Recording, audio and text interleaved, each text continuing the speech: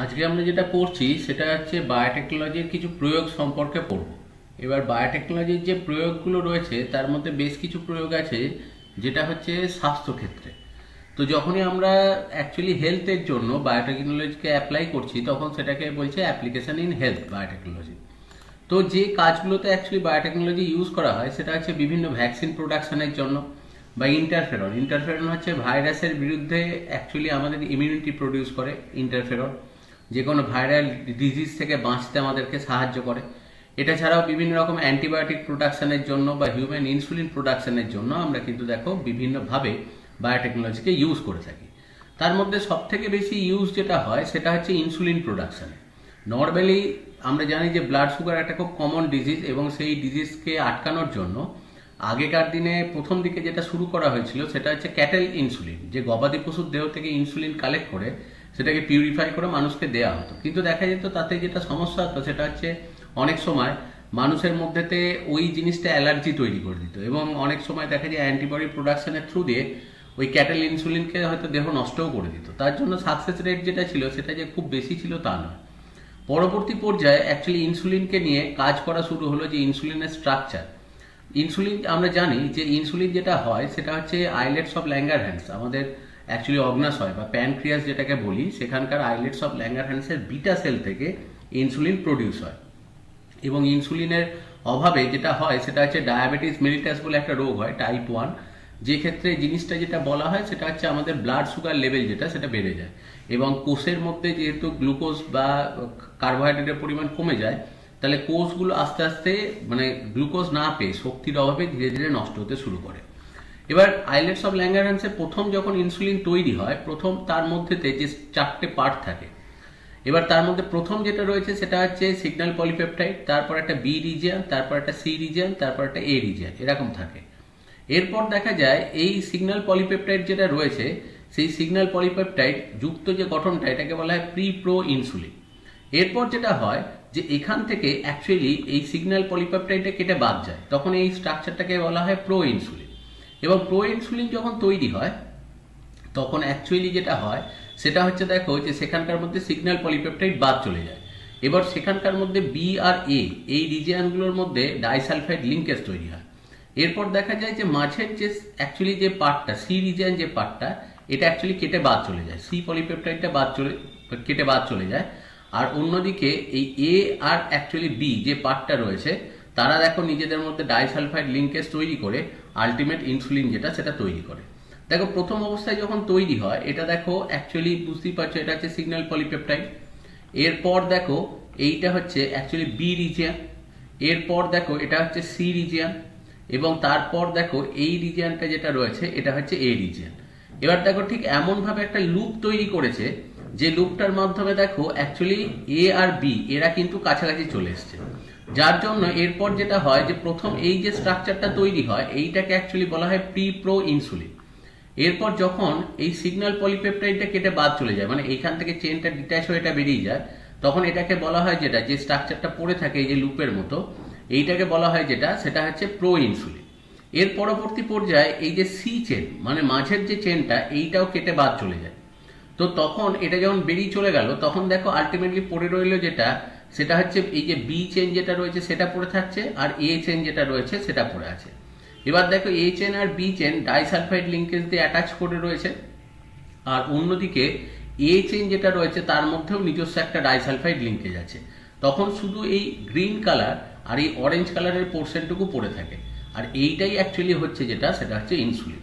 তো যেটা করা হয় সেটা হচ্ছে যে অ্যাকচুয়ালি কালচার মিডিয়ামের মধ্যে আলাদা আলাদাভাবে এই যে মানে অ্যাকচুয়ালি দুটো চেন রয়েছে, একটা হচ্ছে এ চেন আর একটা হচ্ছে বি চেন, এই দুটোকে তৈরি করা হয় এবং ইকোলাই ব্যাকটেরিয়ার মধ্যেতে আর্টিফিশিয়ালি মানে এখানেতে মানে মাইক্রোবায়োলজি বা বায়োটেকনোলজির হেল্প নিয়ে সেখানে আর্টিফিশিয়ালি কিন্তু এই দুটো চেনকে প্রিপেয়ার করা হয়, এ চেন আর বি চেন, এবং পরে তাদের দুটো চেনকে একসাথে যোগ করে দুটোর মধ্যে ডাইসালফাইড লিঙ্কেজ প্রিপেয়ার করা হয় এবং সেখান থেকে ইনসুলিন যেটা সেটা প্রডিউস করা হয়। তো এই জিনিসটা সবার প্রথমে অ্যাকচুয়ালি এলি লিলি বলে একজন সায়েন্টিস্ট ডিসকভার করে এবং তিনি অ্যাকচুয়ালি এলি লিলি অ্যান্ড কোম্পানি বলে একটা কোম্পানির থ্রু দিয়ে হিউমিউলিন নাম দিয়ে 1982 থেকে এই insulin human insulin artificially produced human insulin সেটা তিনি বাজারে বিক্রি করতে স্টার্ট করেন। তো হিউম্যান ইনসুলিন যেটা প্রোডাকশন যেটা হয় সেক্ষেত্রে যে জিনিসটা করা হয়েছিল সেটা হচ্ছে আইলেটস অফ ল্যাঙ্গারহ্যান্সের বিটা সেল থেকে প্রথম ইনসুলিনের আরএনএ নেওয়া হয়েছিল এবং সেখান থেকে অ্যাকচুয়ালি মানে আর্টিফিশিয়ালি রিভার্স ট্রান্সক্রিপ্টেজ এনজাইম, যেটা অ্যাকচুয়ালি আমরা জানি যে বিভিন্ন আরএনএ যাদের থাকে সেই সমস্ত ভাইরাসের মধ্যে থাকে, তো সেই আরএনএ ভাইরাসের থেকে সেই রিভার্স ট্রান্সক্রিপ্টেজ এনজাইমটাকে কালেক্ট করে, যেমন এইচআইভি ভাইরাসে এটা থাকে রিভার্স ট্রান্সক্রিপ্টেজ। তো অ্যাকচুয়ালি যেটা করা হয় আর্টিফিশিয়ালি কালচার মিডিয়ামের মধ্যে ইনসুলিনের আরএনএটাকে কালেক্ট করা হয়, সেখান থেকে রিভার্স ট্রান্সক্রিপ্টেজ এনজাইমের মাধ্যমে অ্যাকচুয়ালি যেটা করা হয় সেটা হচ্ছে এর কমপ্লিমেন্টারি ডিএনএ, অর্থাৎ ইনসুলিনের জন্য ডিএনএ তৈরি করা হয় এবং সেই ইনসুলিনের ডিএনএ যেটা রয়েছে সেই ইনসুলিনের ডিএনএটাকে PBR322 অ্যাকচুয়ালি প্লাজমিডের মধ্যে ইনকর্পোরেট করে এবং অ্যাকচুয়ালি এ চেনটা একটা PBR322 তে দেয় আর বি চেনটা আর একটা PBR322 তে দেয় এবং কালচার মিডিয়ামে দুটোকেই কিন্তু বাড়ানোর পর ব্যাকটেরিয়াগুলোকে ডিস্ট্রয় করে এই এ চেন আর বি চেন দুটোকে আলাদা করে তৈরি করার পর কালেক্ট করা হয় এবং দুটোকে একসাথে মার্জ করে পরে তাদের মধ্যে ডাইসালফাইড লিঙ্কেজটা তৈরি করে দেওয়া হয়। এবার যখনই এই কাজটা করা হয়েছিল তখন দেখো সবার প্রথম যেটা করা হয়েছিল সেটা হচ্ছে এখানে দেখো একটা রিকম্বিনেন্ট যে প্লাজমিড, সেই রিকম্বিনেন্ট প্লাজমিড তৈরি করা হয় PBR322-র মধ্যে এ চেনটা এবং অন্য PBR322-র মধ্যে বি চেনটাকে ইনকর্পোরেট করা হয়।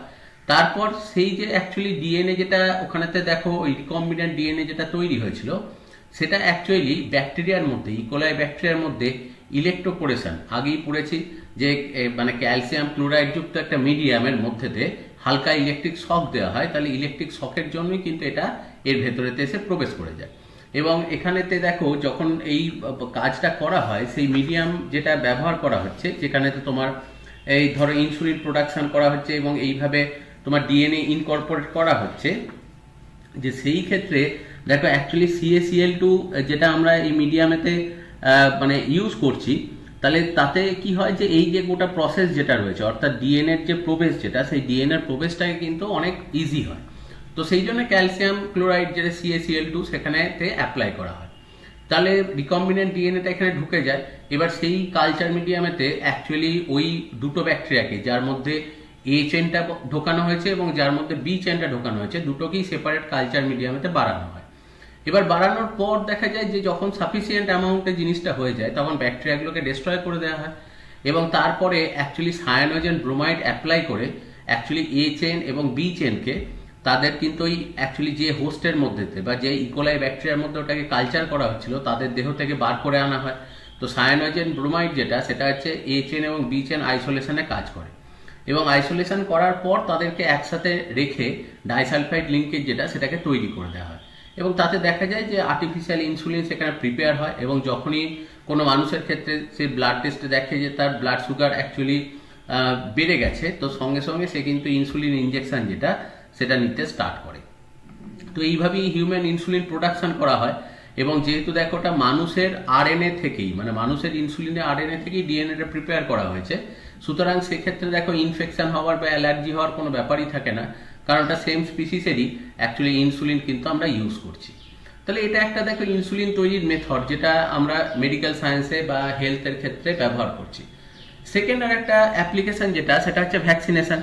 এবার যখনই দেখো অ্যাকচুয়ালি ভ্যাকসিনেশনের কথা আসে আমরা জানি যে এডওয়ার্ড জেনার সবার প্রথম ভ্যাকসিন যে শব্দটা সেটা প্রচলন করেছিল এবং জেনারই সবার প্রথম কিন্তু গুটি বসন্তের যে টিকা, ঠিক আছে, যে স্মল পক্সের যে অ্যাকচুয়ালি ভ্যাকসিন সেটা কিন্তু ডিসকভার করে এবং অ্যাকচুয়ালি ভ্যাকসিনেশন হচ্ছে আর্টিফিশিয়াল অ্যাক্টিভ ইমিউনিটি সেটা প্রডিউস করে। এটা সম্পর্কেও দেখবে আমরা অ্যাকচুয়ালি হেলথ অ্যান্ড ডিজিজ চ্যাপ্টারতে এটা সম্পর্কে পড়েছি। তো অ্যাকচুয়ালি ভ্যাকসিনেশন সেই কারণেই করা হয়। এবার দু রকমের ভ্যাকসিন হয়, একটা হচ্ছে মোনোভ্যালেন্ট ভ্যাকসিন আর একটা হচ্ছে মাল্টিভ্যালেন্ট ভ্যাকসিন। অ্যাকচুয়ালি মোনোভ্যালেন্ট মানে হচ্ছে যে ভ্যাকসিনগুলো কোনো একটা ভাইরাস বা ব্যাকটেরিয়ার পার্টিকুলার একটা স্ট্রেনের উপরে কাজ করে। যেমন ধরো করোনার ক্ষেত্রে আমরা দেখো তার বিভিন্ন রকমের স্ট্রেন অ্যাকচুয়ালি রয়েছে, যে alpha strain, beta strain, omicron, এগুলো সব এক একটা স্ট্রেন। এবার দেখো যে যদি দেখা যায় কোনো একটা ভ্যাকসিন পার্টিকুলার শুধু একটা স্ট্রেনের জন্যই অ্যাপ্লিকেবল, যে শুধু আলফার জন্য কাজ করছে বা শুধু বিটার জন্য কাজ করছে বা শুধু ওমিক্রনের জন্য কাজ করছে, তাহলে সেগুলো হচ্ছে মোনোভ্যালেন্ট ভ্যাকসিন। আর যদি এমন কোনো ভ্যাকসিন হয় যে ভ্যাকসিনটা সব স্ট্রেনের ওপরই কার্যকারী, তখন সেই ভ্যাকসিনটাকে অ্যাকচুয়ালি বলা হয় সেটা হচ্ছে মাল্টিভ্যালেন্ট ভ্যাকসিন। তাহলে ভ্যাকসিনের দেখো দুটো ক্যাটাগরি রয়েছে। এবার যখনই ভ্যাকসিনেশন মানে ভ্যাকসিন প্রিপেয়ার করা হয় ভ্যাকসিনেশনের জন্য, তখন সবার ফার্স্টেতে যেটা করে সেটা হচ্ছে অ্যাকচুয়ালি আর্টিফিশিয়ালি ওই ভাইরাস বা ব্যাকটেরিয়াগুলোকে কালেক্ট করা হয়। তারপরে সেগুলোকে সবার ফার্স্টেতে অ্যাকচুয়ালি হট ওয়াটার বাথের মধ্যেতে রেখে সেটাকে ইনঅ্যাক্টিভ করা হয়, মানে তাকে নষ্ট করা হয়। তারপর পিউরিফিকেশন করা হয় যে তার সাথে অন্যান্য কোনো ক্ষতিকারক অ্যাকচুয়ালি মানে ভাইরাস বা ব্যাকটেরিয়া যাতে মিশে না থাকে। তারপর সেটাকে পিউরিফিকেশনের পর ভ্যাকসিন প্রিপেয়ার করা হয় এবং সেটা বিভিন্ন মানুষকে কিন্তু দেওয়া হয়। সুতরাং সেইভাবেই কিন্তু ভ্যাকসিনেশন প্রসেসটা অ্যাকচুয়ালি চালানো হয়। এবার দেখা যায় যে কিছু ভ্যাকসিন আছে যেগুলো ইনজেক্ট না করে সেগুলো ডাইরেক্টলি, যেমন দেখবে পোলিও ভ্যাকসিন, সেগুলোকে দেখবে বলা হয় ওরাল পোলিও ভ্যাকসিন, সেটা হচ্ছে এডিবল ভ্যাকসিন, মানে আমরা খেতে পারি ওই ভ্যাকসিনটা। ডাইজেস্টিভ ট্র্যাক্টে ওই ভ্যাকসিনটা নষ্ট হয়ে যাওয়ার কোনো ব্যাপার নেই এনজাইম পড়ে। অন্যদিকে দেখা যায় কিছু কিছু সময় অ্যাকচুয়ালি হয়তো যে প্যাথোজেনটা রয়েছে তার আকারটা খুব ছোট এবং সেটা বডির ভেতর ঢোকালে হয়তো ইমিউনিটি সেটা প্রডিউস করবে না, কারণ আমরা জানি যে কোনো একটা অ্যান্টিজেনের একটা মিনিমাম মলিকিউলার ওয়েট দরকার হয়, নইলে কিন্তু সে কখনোই ইমিউন সিস্টেমকে অ্যাক্টিভেট করে না বা অ্যান্টিবডি প্রোডাকশন স্টার্ট করে না। তো তখন সেইগুলোর অ্যাকচুয়ালি যাতে বডির ভেতরে অ্যান্টিবডি প্রডিউস করে সেই জন্য তাদের মধ্যেতে কি করা হয়, অ্যাডজুভেন্ট অ্যাড করা হয় কিছু। মানে সেই অ্যাডজুভেন্ট হচ্ছে যেটা ওই জিনিসটার মলিকুলার সাইজটাকে বাড়িয়ে দেবে। যেমন প্যারাফিন অয়েল অ্যাডজুভেন্ট ব্যবহার করা হয়, যার মধ্যেতে এই ভ্যাকসিন বা কোনো ব্যাকটেরিয়া বা ভাইরাসের পার্টকে অ্যাটাচ করে সেটাকে যথেষ্ট বড় আকৃতির করে দেওয়া হয়, যাতে দেখা যায় সেটা বডির ভেতর প্রবেশের পর অ্যান্টিবডি প্রডিউস করতে পারে। তো এই রকম ভাবে যখন আমরা দেখো তৈরি করছি জিনিসটাকে, তখন সেই মলিকিউলগুলোকে বলা হয় অ্যাডজুভেন্ট। এটাও অনেক ক্ষেত্রে কিন্তু ইউজ করা হয়। আর একটা হচ্ছে হেটেরোটাইপিক ভ্যাকসিন, যেটা দেখবে অনেক ক্ষেত্রে করা হয়, যে এক্সপেরিমেন্টাল ক্ষেত্রেতে দেখবে ইউজ করা হয়। যেমন কাউপক্সের যে ভ্যাকসিন অ্যাকচুয়ালি হয়, ধরো সেক্ষেত্রে হয়তো মানে গরুর দেহের থেকে যে প্যাথোজেনটাকে আইসোলেট করা হয়েছে সেইটাই, মানে কাউপক্সের যে ভাইরাস রয়েছে সেইখান থেকেই অ্যাকচুয়ালি ভ্যাকসিন তৈরি করা হয় এবং সেইটাই দেখো হিউম্যানকে দেওয়া হচ্ছে, মানুষকে দেওয়া হচ্ছে। অর্থাৎ একটা স্পিসিসের দেহের যে ভাইরাস যেটা রয়েছে সেইটা থেকে ভ্যাকসিন তৈরি করে সেটা অন্য মানুষকে দেওয়া হচ্ছে, মানে অন্য স্পিসিসকে দেওয়া হচ্ছে। তখন সেগুলোকে অ্যাকচুয়ালি বলা হয় হেটেরোটাইপিক ভ্যাকসিন। এটা ছাড়াও দেখো আরো যে বায়োটেকনোলজির অ্যাপ্লিকেশন মেডিকেল সায়েন্সে রয়েছে, তার মধ্যে একটা হচ্ছে জিন থেরাপি। জিন থেরাপি দুরকম হয়, একটাকে বলে ক্লাসিক্যাল জিন থেরাপি, একটাকে বলে non classical gene therapy. Classical gene therapy বলতে যেটা বোঝানো হয় সেটা হচ্ছে যে জেনেটিক্যালি অ্যাকচুয়ালি কোনো ত্রুটিপূর্ণ বা মানে অ্যাকচুয়ালি অস্বাভাবিক যে কোষ রয়েছে সেই কোষটাকে সারানোর জন্য, যে অ্যাকচুয়ালি জেনেটিক্যালি যেটা অ্যাবনর্মাল যে সেল রয়েছে সেটাকে রেকটিফাই করার জন্য, যখন ডাইরেক্টলি কোনো একটা ভালো ডিএনএ বা আইডিয়াল ডিএনএকে আমরা সেই সেলটার মধ্যে ঢুকিয়ে দিই এবং সেই সেলটাকে সারানোর চেষ্টা করি, তখন সেই জিনিসটাকে বলা হয় ক্লাসিক্যাল জিন থেরাপি। এটা কিন্তু জিন থেরাপির প্রথম থেকেই ইউজ হয়ে আসছে। আর নন ক্লাসিক্যাল জিন থেরাপি বলতে বোঝানো হয় যেটা কিন্তু অতটা প্রাচীন নয়, আধুনিক ধারণা। এখন যেটা টার্গেট করা হয় যে এইভাবে নতুন ডিএনএ ঢুকিয়ে অ্যাকচুয়ালি ডিএনএটাকে রিপ্লেস না করে যে ডিএনএটা অলরেডি ওর আছে, কারণ ক্লাসিক্যাল জিন থেরাপির দেখা যায় সাকসেস রেট খুব কম।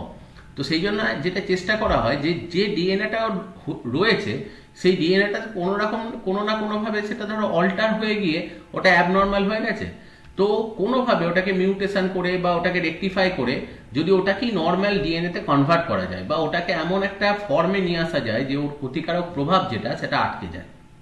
তো সেই ধরনের পাথওয়ে বা সেই ধরনের টেকনিকগুলো কিন্তু কম্পারেটিভলি নতুন অ্যাকচুয়ালি থিঙ্কিং। তো সেইগুলোকে নন ক্লাসিক্যাল জিন থেরাপি অ্যাকচুয়ালি বলা হয়। তো নন ক্লাসিক্যাল জিন থেরাপিটাই আস্তে আস্তে বাড়ছে। এবার সেটা যদি সোম্যাটিক সেলে করা হয় তাহলে সেটাকে অ্যাকচুয়ালি বলবে somatic cell actually gene therapy. যদি সেটা রিপ্রোডাক্টিভ সেল বা গ্যামেটে করা হয় তাহলে সেটাকে বলবে reproductive cell actually gene therapy. মানে বাবার মধ্যে হয়তো কোনো জেনেটিক্যাল ডিজিজ আছে, তাহলে যখন স্পার্ম প্রডিউস হচ্ছে সেই স্পার্মটার মধ্যে মিউটেটেড করে ওই জিনটাকে রেকটিফাই করে দেওয়া হলো। হয়তো দেখা যাচ্ছে Down syndrome, Turner syndrome, Klinefelter syndrome, এই ধরনের সিনড্রোমগুলোকে রেকটিফাই করার জন্য এই মেথডটা ব্যবহার করা যেতে পারে এবং সেই স্পার্মটাকে এরপর অ্যাকচুয়ালি আর্টিফিশিয়ালি মানে ইনভিট্রো ফার্টিলাইজেশনের থ্রু দিয়ে সেই স্পার্মটার সাহায্যে ওভারফিউজ করে দিলে দেখা যেতে পারে যে ওই জিনগত যে রোগটা তাদের ছিল বংশ পরম্পরায় সেটা কিন্তু সেই সেই ফ্যামিলি থেকে অ্যাকচুয়ালি ডিটোরিয়েট হয়ে যেতে পারে। তো এইভাবে অ্যাকচুয়ালি দেখো জিন থেরাপি যেগুলো সেগুলো নিয়ে চিন্তা ভাবনা করা হয় বা সেগুলো নিয়ে কাজ করা হয়। সবার প্রথম জিন থেরাপির যেটা অ্যাপ্লিকেশন হয়েছিল সেটা হচ্ছে 1990 সালে, এবং একটা ইমিউনিটি ডেফিসিয়েন্সির একটা ডিজিজ ছিল যেটাকে অ্যাকচুয়ালি বলা হয় অ্যাডিনোসিন অ্যামিনেজ ডেফিসিয়েন্সি। তো এই যে মানে রোগ যেটা ছিল, এই রোগটাকে রেকটিফাই করার জন্যই সবার প্রথম মানে এই জিন থেরাপিটা অ্যাপ্লাই করা হয়েছিল সফলভাবে, এবং এটার যেটা সিমটম যেটা ছিল সেটা হচ্ছে ইমিউনিটি পাওয়ার অ্যাকচুয়ালি 0 হয়ে গেছিল। তো ইমিউনিটি পাওয়ার নষ্ট হয়ে যাওয়ার জন্য ন্যাচারালি যে কোনো রোগে সংক্রমণ হওয়ার চান্সটা অনেক বেড়ে গেছিল। তো তার ক্ষেত্রে যেটা করা হয়েছিল যে তার ওই রকম ডিএনএ ট্রিটমেন্ট করে তাকে কিন্তু সারিয়ে ফেলা গেছিল, যে তার অ্যাকচুয়ালি ওই মানে অ্যাডিনোসিন অ্যামিনেজ যে এনজাইমটা তার ডেফিসিয়েন্সি ছিল সেটাকে রেকটিফাই করে দেওয়া হয়েছিল, যার জন্য তার ইমিউনিটি পাওয়ার কিন্তু আবার ফিরে এসেছিল এবং সে কিন্তু সুস্থ স্বাভাবিক ছিল।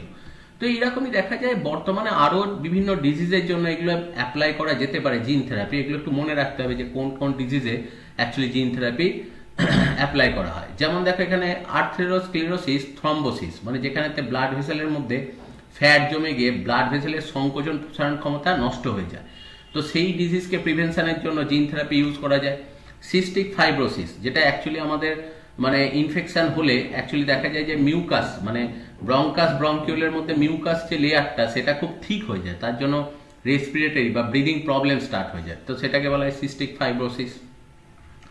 অন্যদিকে দেখা যায় যে severe combined immuno deficiency SCID, মানে এখানেতে যেটা হয় সেটা হচ্ছে ইমিউনিটি পাওয়ার যেটা সেটা একদমই নষ্ট হয়ে যায়, এবং বিশেষ করে টি লিম্ফোসাইট বি লিম্ফোসাইটের অ্যাবনর্মালিটি হয়, যার জন্য ইমিউনিটি পাওয়ারের খুব ঘাটতি হয়ে যায়। তো এইগুলোকে সারানোর জন্য জিন থেরাপি কিন্তু অ্যাকচুয়ালি ইউজ করা হয়। এটা ছাড়াও দেখো আরও অনেক রকম টেস্টের জন্য মলিকুলার ডায়াগনোসিসের জন্য জিন থেরাপি দেখবে ইউজ করা আছে, এই বায়োটেকনোলজি ইউজ করা হয়। যেমন দেখবে করোনা টেস্টের জন্য RT-PCR যেমন একটা টেকনিক, সেরকমই বিভিন্ন ডিজিজকে অ্যাকচুয়ালি মানে সেটাকে ডায়াগনোসিস করার জন্য বায়োটেকনোলজি ইউজ করা হয়। যেমন দেখো DNA মাইক্রো অ্যারে বা জিন চিপ টেকনিক, এটা অ্যাকচুয়ালি যেটা করা হয় যে বিভিন্ন রকম রেডিও অ্যাক্টিভ প্রোব অ্যাকচুয়ালি এরকম স্লাইডের মধ্যে থাকে, এবং সেইগুলো কি বলা হয় জিন চিপ। এগুলো মেনলি সব থেকে বেশি ইউজ করা হয় ক্যান্সারের ক্ষেত্রে। এখানে প্রচুর এই যে ছোট ছোট ডটের মতো দেখছো, এখানে বিভিন্ন টাইপের মিউটেটেড DNA এখানে রাখা আছে। এবার একটা মানুষের যখন ক্যান্সার হয়, ক্যান্সারের বিভিন্ন টাইপ হয়, আমরা মাঝে মাঝে শুনি যে ক্যান্সারের ওষুধ আবিষ্কার হয়েছে, কিন্তু এতগুলো টাইপের মধ্যে আমি হয়তো বললাম ক্যান্সারের 300 রকম টাইপ হয়তো এখন অব্দি ডিসকভার। তো তার মধ্যে হয়তো দেখা যাচ্ছে যে আমি সাপোজ বললাম যে 20 রকম বা 50 রকমের হয়তো ডিজিজের বা 50 রকম যে ক্যান্সার রয়েছে তাদের ট্রিটমেন্টের হয়তো পদ্ধতি আছে। এবার সবার প্রথম তো জানতে হবে যে এক্স্যাক্টলি কোন টাইপের ক্যান্সার ওর হয়েছে, তো সেটার ওষুধ আছে কিনা, বা যদি না থাকে সেক্ষেত্রে কিভাবে করতে হবে, তার একটা প্ল্যানিং দরকার। তো এই জিন চিপের মধ্যে ওই রকম যেগুলো অ্যাকচুয়ালি বিভিন্ন টাইপের ক্যান্সার সম্পর্কে জানা গেছে, তাদের সবারই মিউটেশন হওয়ার পর ডিএনএর যে রূপটা তার সিঙ্গেল স্ট্যান্ডার্ড ছোট ছোট প্রোব ডিএনএর টুকরো এখানে লাগানো থাকে। এবার যে মানুষটার অ্যাকচুয়ালি ক্যান্সার হয়েছে তার ক্যান্সার যে সেলগুলো রয়েছে সেখান থেকে ডিএনএ আইসোলেট করে এখানের সাথে এর মধ্যেতে দিয়ে দেওয়া হয়, এবং এখানে ম্যাচিং করে দেখা হয় যে তার এর মধ্যে কোন টাইপের ক্যান্সারটা তার আছে। এবার যে টাইপের ক্যান্সারটা আছে সেটা তারপর ডায়াগনোসিস করা হয় যে তার ট্রিটমেন্ট কি আছে, যদি ঠিকঠাক ট্রিটমেন্ট তার থাকে তাহলে সেই ট্রিটমেন্ট পথে তাকে এগিয়ে দেয়, আর যদি না থাকে তাহলে সেক্ষেত্রে জেনারেল ক্যান্সার ট্রিটমেন্ট কি হয় সেই অনুযায়ী তাকে ট্রিটমেন্ট করা। তো ন্যাচারালি দেখা যায় এতে দেখা যায় ট্রিটমেন্টের অনেকটা সুবিধা হয়, কারণ অনেকের ক্ষেত্রে এই জিনিসগুলো না জানার জন্যই সাধারণ ক্যান্সারেতেও অনেক মানুষের ক্ষেত্রে কন্ডিশন খুব সিভিয়ার হয়ে যায়। ঠিক সেরকমই আরেকটা টেস্ট হয় যেটাকে বলা হয় এনজাইম লিঙ্কড ইমিউনোসরবেন্ট অ্যাসে, যেটাকে বলা হয় ELISA। এটা দেখা যায় HIV-র ক্ষেত্রে বা অন্যান্য ডিজিজের ক্ষেত্রে অ্যাপ্লাই করা হয়। এক্ষেত্রে যে জিনিসটা ব্যবহার করা হয় সেটা হচ্ছে যে যখনই কোনো মানুষের হয়তো ওরকম কোনো একটা ইনফেকশন বা কিছু হয়েছে, সেই ELISA টেস্টের জন্য ছোট ছোট কন্টেনার পাওয়া যায়। এই যে যেমন এই যে দেখছো এইরকম ছোট ছোট কন্টেনার এই টেস্টের জন্য পাওয়া যায়। এই কন্টেনারের মধ্যেতে কিছু অ্যান্টিবডি সেট করা থাকে, যে অ্যান্টিবডিগুলো ধরো অ্যাকচুয়ালি HIV পেশেন্টের যে মানে HIV ভাইরাসের এগেনস্টের অ্যান্টিবডি কিছু এই তলাতে এই কন্টেনারে সেট করা আছে। এবার যে মানুষটার ক্ষেত্রে আমরা HIV টেস্ট করতে যাচ্ছি তার ব্লাড স্যাম্পল নিয়ে এখানে ফেলা হয়, তাহলে ন্যাচারালি যদি ওখানে HIV প্যাথোজেন থাকে তাহলে এরা কি করবে, এই অ্যান্টিবডির গায়ে আটকে যাবে। ব্লাড স্যাম্পলটা দেওয়ার পর কিছুক্ষণ বাদে ওটাকে ওয়াশ করে দেওয়া হয়, ধুয়ে দেওয়া হয়। এবার যদি দেখা যায় যে ওই মানুষটার অ্যাকচুয়ালি HIV থাকে তাহলে তার ক্ষেত্রে অ্যান্টিবডিতে HIV ভাইরাসগুলো আটকে থাকবে, আর যদি দেখা যায় যে না সেখানে এইচআইভি মানে না হয়, তাহলে সেক্ষেত্রে দেখো যে এখানেতে কিছুই কিন্তু আটকাবে না। এবার কি করা হবে, যে এই ওয়াশ করে দেওয়ার পর এটা তো বাইরে থেকে দেখে বোঝা যাবে না যে অ্যাকচুয়ালি এখানেতে এইচআইভি ভাইরাস আছে কি নেই। তো সেইটা বোঝার জন্য কি করা হয়, সেকেন্ড আবার একটা অ্যান্টিবডি ওখানে অ্যাপ্লাই করা হয়, যে অ্যান্টিবডিটা এইচআইভিকেই আটকাবে, কিন্তু তার সাথে দেখো একটা কোনো কালার বা কিছু দেওয়া আছে। এবার যখনই ওই অ্যান্টিবডিটা এখানে দেওয়া হবে, কিছুক্ষণ রাখা হবে, দিয়ে ওয়াশ করে দেওয়া হবে। এবার যদি বাই চান্স ওই মানুষটার এইচআইভি থাকে, তাহলে ধরো ন্যাচারালি এই অ্যান্টিবডিগুলোর গায়েতে ওই এইচআইভি ভাইরাসগুলো আটকে আছে, তাহলে এইচআইভি ভাইরাস থাকলেই নতুন যে অ্যান্টিবডি সেকেন্ড অ্যান্টিবডি দেওয়া হলো সেইগুলো দেখো এখানে আটকে যাবে, যার জন্য ওয়াশ করে দেওয়ার পরেও দেখা যাবে এর সাথে যে কালারগুলো অ্যাটাচ করা আছে সেগুলো দেখা যাবে। তো সুতরাং বোঝা যাবে যে ওই মানুষটা কিন্তু অ্যাকচুয়ালি এইচআইভি পজিটিভ। কিন্তু যদি কোনো সময় দেখা যায় ওই মানুষটার দেহেতে এইচআইভি না থাকে, তাহলে ন্যাচারালি এখানে কিন্তু কোনো এইচআইভি ভাইরাস অ্যাটাচ হবে না। তাহলে এই অ্যান্টিবডির গায়েতে যদি এইচআইভি না থাকে, তাহলে দেখো পরের অ্যান্টিবডিগুলো যখন দেবে তখন তার সেই অ্যাটাচমেন্টের জায়গা পাবে না। সেই যখনই ওয়াশ করা হবে এ কিন্তু পুরোটাই ধুয়ে বেরিয়ে যাবে, তার জন্য কোনো রকমই কোনো কালার ফর্মেশন হবে না। তো সেইটাকে দেখেই কিন্তু অ্যাকচুয়ালি টেস্টগুলো করা হয় যে পজিটিভ আর নেগেটিভ। তো এই মেথডটাতে অ্যাকচুয়ালি অ্যান্টিবডি ইউজ করা হয়, এবং এই মেথডটারই নাম হচ্ছে এনজাইম লিঙ্কড ইমিউনোসরবেন্ট অ্যাসে। এটাকে শর্টে বলা হয় এলাইজা। এলাইজার ফুল ফর্ম পরীক্ষায় খুব লিখতে দেওয়া হয়, সুতরাং এটা খুব ভালো করে কিন্তু পড়বে। ঠিক সেই রকমই দেখা যায়, যেমন অ্যান্টিবডির মাধ্যমে আমরা দেখছি, সেরকমই অনেক সময় ফ্লুরেসেন্ট মাইক্রোস্কোপিতে ফ্লুরেসেন্ট ডাই কোনো জিনিসকে দেখার জন্য বা কোনো প্যাথোজেনকে বোঝার জন্য স্টেন যেমন করা হয়, সেরকমই ফ্লুরেসেন্ট ডাই পাওয়া যায়, যে ফ্লুরেসেন্ট ডাই দিয়ে বিভিন্ন মাইক্রোবগুলোকে স্টেন করলে সেখানে ইউভি রে ফেললে সেখান থেকে আলো বেরোয়। তো এই আলো ছিটকানোটা দেখে সেক্ষেত্রে কিন্তু অ্যাকচুয়ালি তার উপস্থিতি বা তার পরিস্থিতির কথা কিন্তু বোঝা যায়। তো এই ধরনের মেথড যেটা রয়েছে এটা হচ্ছে রেডিও ইমিউনোসরবেন্ট অ্যাসে। এটাও প্রচুর জায়গায় টেস্টের জন্য কিন্তু ইউজ করা হয়, বিশেষ করে ব্লাডের মধ্যে কোনো প্যাথোজেনের উপস্থিতি বোঝার জন্য। ধরো অ্যাকচুয়ালি ম্যালেরিয়ার প্যাথোজেন বা তোমার ডেঙ্গুর প্যাথোজেন, এইগুলোকে বোঝার জন্য এই টেস্টগুলো কিন্তু খুব বেশি করা হয়, মানে রেডিও ইমিউনোসরবেন্ট অ্যাসে যেটা ফ্লুরেসেন্ট মাইক্রোস্কোপির সাহায্যে করা হয়। অন্যদিকে আরো একটা অ্যাপ্লিকেশন আছে প্রোটিন ইঞ্জিনিয়ারিং, যে অনেক ক্ষেত্রে দেখা যায় যে কিছু কিছু প্রোটিন আমাদের দেহেতে আছে, তারা স্পেসিফিক্যালি কোনো কাজ করে। এবার সেখানকার মধ্যে কিছু অ্যামিনো অ্যাসিডকে যদি চেঞ্জ করে দেওয়া হয়, তাহলে ওই প্রোটিনগুলো কাজটা আরো ভালো করে। যেমন দেখা যায় টিস্যু প্লাজমিনোজেন অ্যাক্টিভেটর বলে আমাদের দেহের মধ্যে একটা প্রোটিন অ্যাকচুয়ালি তৈরি হয়, যেটা আমাদের বডির ভেতরে কোথাও ব্লাড ক্লট ফর্মেশন হলে, মানে ব্লাড ভেসেলের মধ্যে কোথাও যদি ব্লাড ক্লট ফর্মেশন হয়, তাহলে সেটাকে নষ্ট করে দেয়। অর্থাৎ এটা যেটা করে সেটা হচ্ছে আমাদের ব্লাডকে সবসময় মানে লিকুইড রাখে, যাতে কোনো সময় কিন্তু অ্যাকচুয়ালি কোথাও ব্লাড ক্লট ফর্মেশন হয়ে রক্তবাহের মাঝে কোথাও যাতে ব্লকেজ তৈরি করে না দেয়, ব্লাড ভেসেলের মাঝে যাতে ব্লকেজ না তৈরি করে। এবার দেখা যায় যে টিস্যু প্লাজমিনোজেন অ্যাক্টিভেটর যেগুলো রয়েছে, সেখানকার মধ্যে সেই প্রোটিনের মধ্যে অ্যাকচুয়ালি অ্যাসপারাজিন যে অ্যামিনো অ্যাসিডগুলো আছে, সেগুলোকে যদি গ্লুটামিন দিয়ে রিপ্লেস করে দেওয়া হয়, তাহলে আরো ভালো কাজ করে। তো এইরকম অনেক সময় দেখা যায় যে এইরকম ভাবেই কিন্তু মানে আর্টিফিশিয়ালি এমন কিছু ওরকম টিস্যু প্লাজমিনোজেন অ্যাক্টিভেটর ইউজ করা হয়, যেটাই ওইভাবে মডিফাই করে দেওয়া হয়।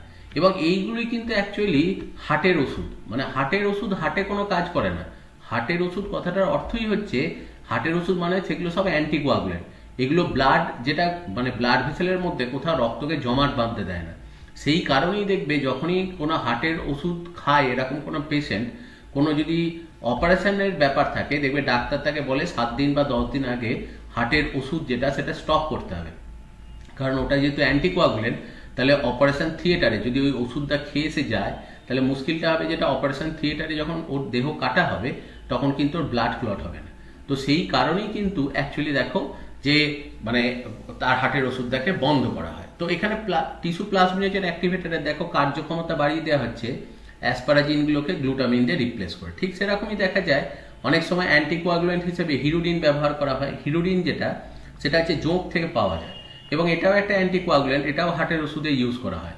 এবার সেখানে দেখা যায় যে ওই হিরোডিনের অ্যাসপারাজিনগুলোকে যদি লাইসিন দিয়ে অ্যাকচুয়ালি রিপ্লেস করে দেওয়া হয়, তাতেও দেখা যায় যে তার কার্যক্ষমতা বেড়ে যায়।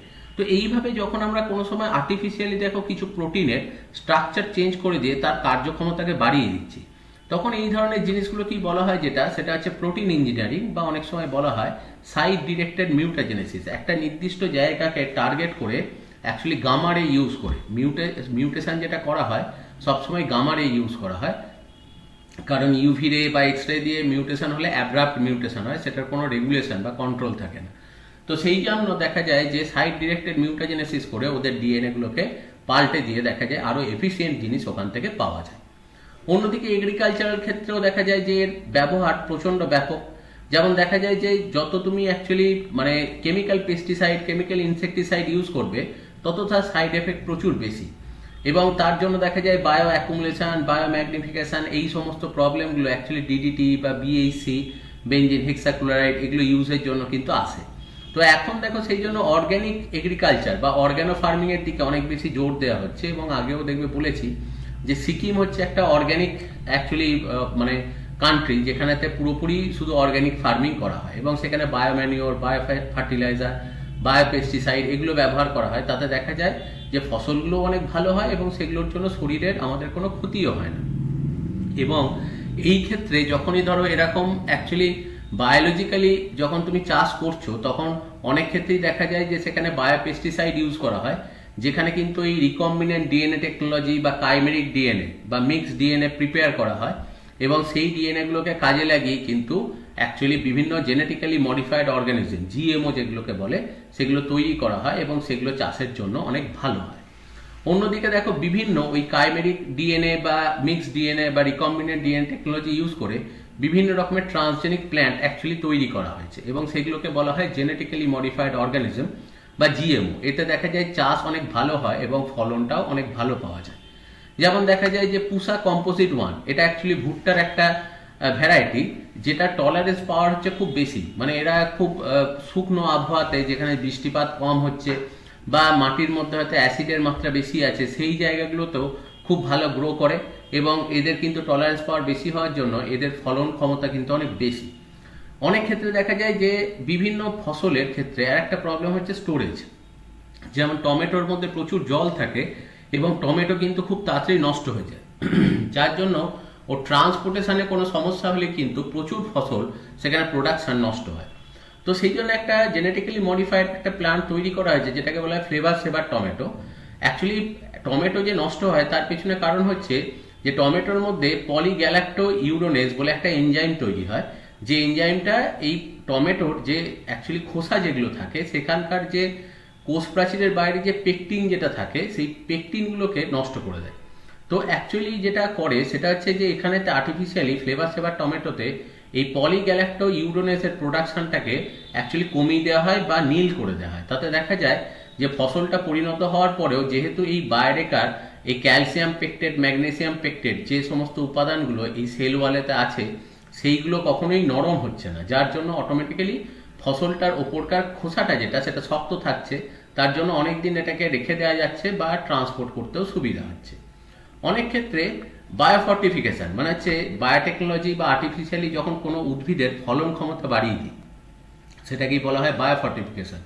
যেমন এইভাবে দেখো জেনেটিক্যালি মডিফাই করে অ্যাকচুয়ালি কিছু মটরশুঁটি গাছের ক্ষেত্রে লেগুমিন বলে প্রোটিনের পরিমাণ বাড়িয়ে দেওয়া হয়েছে, বা ভুট্টার ক্ষেত্রে জেইন বলে প্রোটিনের পরিমাণ বাড়িয়ে দেওয়া হয়েছে। তাতে দেখা যাচ্ছে যে প্রোটিনের চাহিদা অনেকটাই কিন্তু সাধারণ প্লান্ট প্রোডাক্ট থেকে অ্যাকচুয়ালি আমরা পেয়ে যাচ্ছি।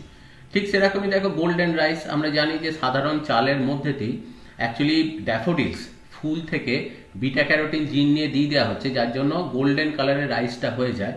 এবং এখানে যেটা সুবিধা হয় সেটা হচ্ছে এখানেতে চালের যা পুষ্টিগুণ সে তো আছে, প্লাস ভিটামিন এ সেটাও কিন্তু দেখো দেহের ভেতরেতে যাচ্ছে। এবং এটা ছাড়াও দেখা যায় যে জেনেটিক্যালি মডিফাইড যে অর্গানিজম যেগুলো রয়েছে বা যে গাছগুলো তৈরি করা হচ্ছে, তার মিনারেল অ্যাবজর্পশন পাওয়ার আর্টিফিশিয়ালি বাড়িয়ে দেওয়া হচ্ছে, নাইট্রোজেন ফিক্সেশন, সালফার ফিক্সেশনের ক্ষমতা যোগ করে দেওয়া হচ্ছে, পেস্ট এবং উইড রেজিস্ট্যান্ট যেমন বিটি ক্রপ তৈরি করা হচ্ছে, অর্নামেন্টাল প্ল্যান্ট এমন কিছু গাছ তৈরি করা হচ্ছে যেগুলো দেখতে খুব সুন্দর লাগছে এবং সেটা বাড়িতে রাখা যায় বা সাজানো যায় যে কোনো জায়গায়। মেডিসিনাল প্ল্যান্টের মেডিসিনাল প্রপার্টিটাকে আরও বাড়িয়ে দেওয়া হচ্ছে, ডিজিজ রেজিস্টিং প্ল্যান্ট তৈরি করা হচ্ছে, স্মুদার ক্রপ যেটাকে বলে, যেটাতে নর্মালি ন্যাচারাল ওয়েতে কোনো ইনফেকশন হচ্ছেই না। এবং দেখা যায় ইকোনমিক ইম্পর্টেন্ট কিছু প্ল্যান্ট আরও গ্রোথ বাড়ানো হচ্ছে, যেমন বায়োডিজেল বা বায়োপেট্রোল যে সমস্ত প্ল্যান্টগুলো অ্যাকচুয়ালি মানে প্রডিউস করছে। যেমন দেখো এখানে অ্যাকচুয়ালি যেটা দিয়েছে স্টারকুলিয়েসি যে গ্রুপ রয়েছে, সেই গ্রুপের গাছ থেকে কিন্তু বায়োডিজেল তৈরি করা হয়। তো এইরকম অ্যাকচুয়ালি বায়োফুয়েল যেগুলো সেগুলো প্রোডাকশন যেটা সেটা করা হচ্ছে।